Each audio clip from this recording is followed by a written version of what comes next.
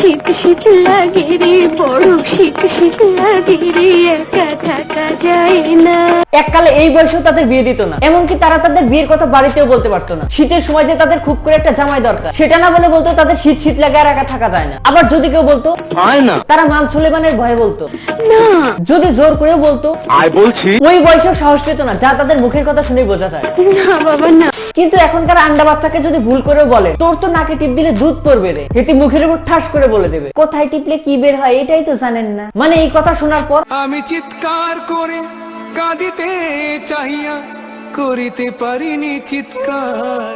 তুমি চাইলে এনে দেবো 4 তারা দিব্যি, তুমি চাইলে এনে দেবো 4 তারা দিব্যি। নিব্বা সারা সিনেমার ডায়লগ শুনে কাঁদে নিব্বি। আর এদের ট্যাগলাইন হওয়া উচিত শেখার কোনো শেষ নাই, নিব্বা নিব্বির কোনো বয়স নাই। কারণ সোশ্যাল মিডিয়া জুড়ে এরা যা শুরু করছে মনে হয় যেন শান্তির মা অকালেই মরছে। নিঃসন্দেহে তুই ঠিক কথা বলেছিস।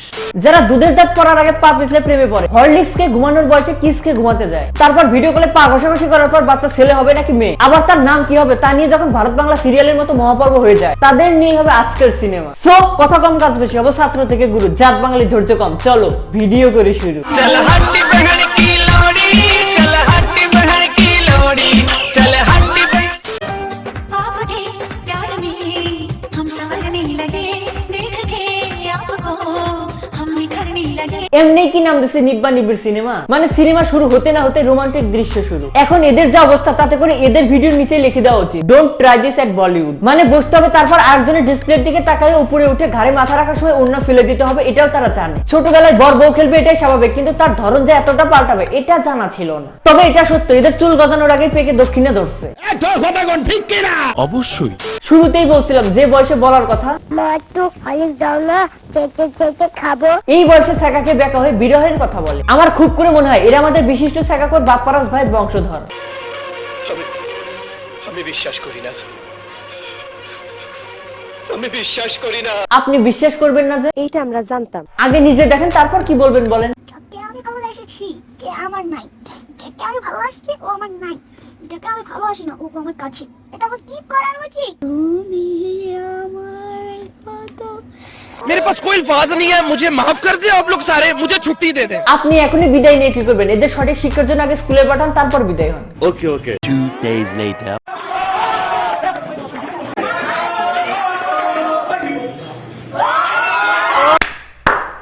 বাহ মাদার টস্ট, বাহ। এখানেও তোরা আশিকি টু সিনেমা বানাই ফেললি না? क्योंकि तुम ही हो।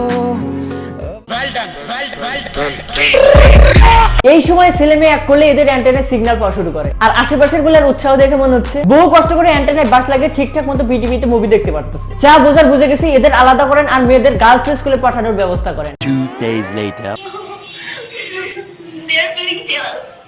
কুত্তার লেজে ঘি মাখলেও যেমন সোজা হয় না, ঢেকি স্বর্গে গেলেও যেমন ধান ভানে, তেমনি দুর্ঘটনাজনিত কারণে পৃথিবীর মুখ দেখতে পাও এগুলো ঠিক হবে না। আর এদের যতই বলা হোক ভালো হয়ে যাও মাসুদ, ভালো হয়ে যাও। অথচ স্কুল জীবনে দুষ্টামি ফাসলামি বলতে আমরা কি করতাম?